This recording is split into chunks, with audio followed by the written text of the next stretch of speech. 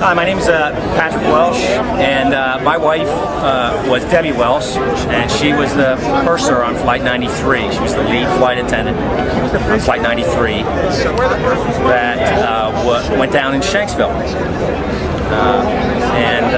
I've been a 9/11 truther for a little over a year now, and only recently have I discerned that Debbie's flight was really, the probability of it being this heroic,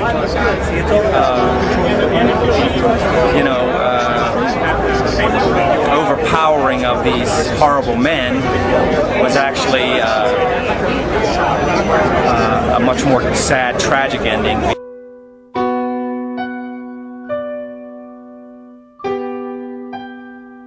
And I heard this terrible roaring, and I said, "Oh, what is that?"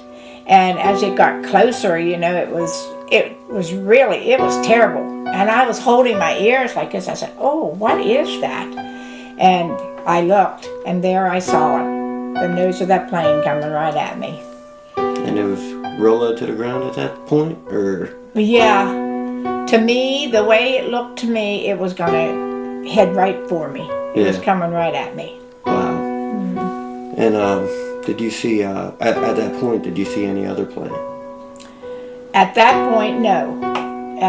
After the plane had crashed, which I didn't know it crashed at the time, but I knew it went over the house, over me, and it nipped the top of the tree, and they told me that was like 100 feet. At your property? Yeah. And it nipped that tree, top of that tree, and then it just disappeared.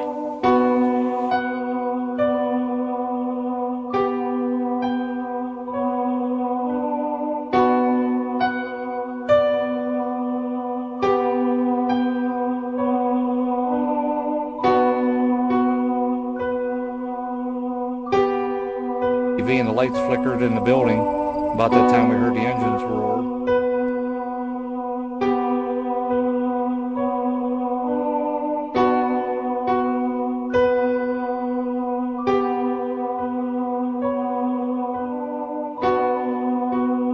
We had just gotten up, and the next thing I know, it sounded like a missile came across our house. I mean, they were going that fast.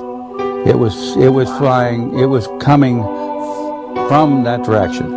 I have no idea what it was.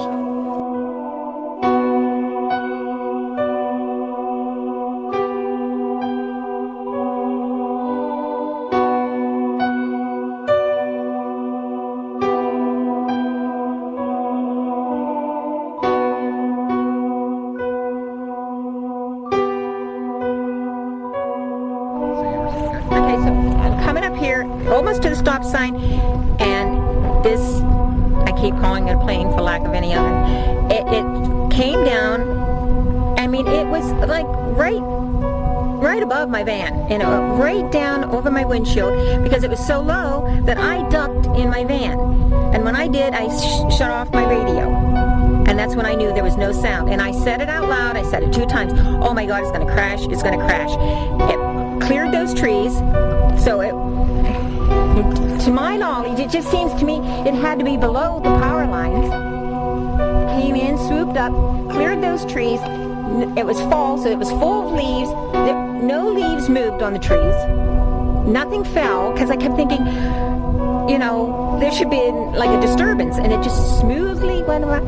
I went right over there, banked to the right, and crashed.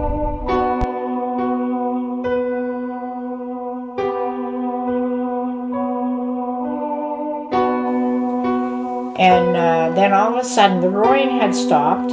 There was no sounds, no birds, no nothing. It was so deathly still. And then I heard somebody say, "Oh my God," like that, and it just sort of faded off. And I looked at my sister and I said, "Where did that come from?" It was almost like it appeared out of the air somewhere. And just real still, and then those words, And then there was like, it was muffled to me like a sonic.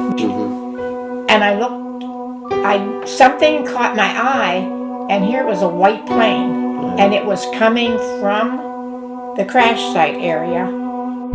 It was pure white. There was not any markings on it. There was no rivets. I mean, it was that close that I could have seen it. It was so molded, it looked like it was all one piece. And it was cylinder, it came back, and then this spoiler was across it, and I remember the spoiler was so molded, and it was so white and shiny. I could not see any wings, because like I said, I saw it from mid-belly, and I'm looking up under it. Have you do this? Have you turn this way, because the wind is blowing into the microphone. It's really loud. Okay, go ahead. Well, like I said, I saw it from the mid-belly back, and then it banked, so I could not see like what would be like on top of it or anything. But it was just so perfectly white, not a mark on it.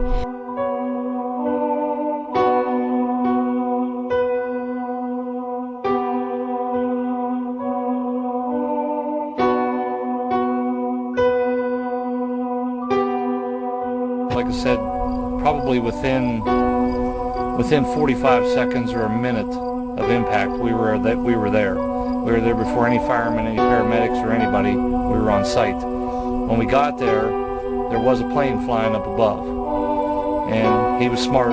He flew straight for the sun, so you couldn't look at it and see exactly what type of plane or if it was a fighter or what it was. But we caught a glimpse of it.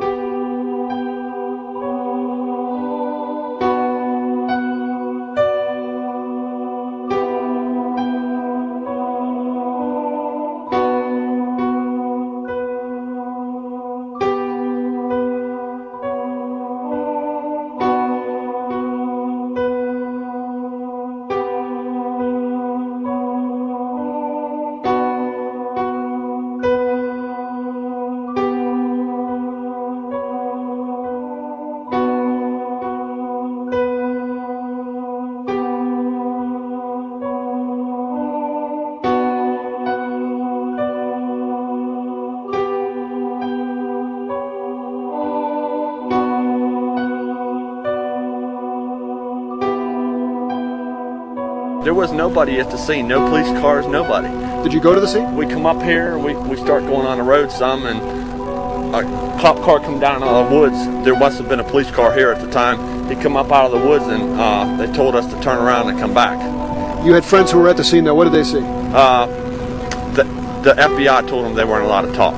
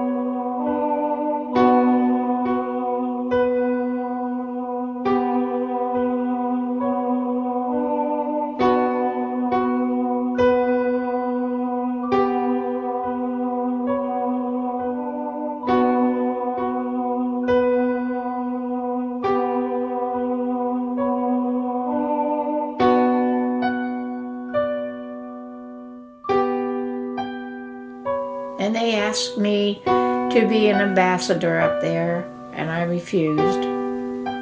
I said no. Yeah. Because I didn't go along with the stories. Yeah. They weren't telling the right things.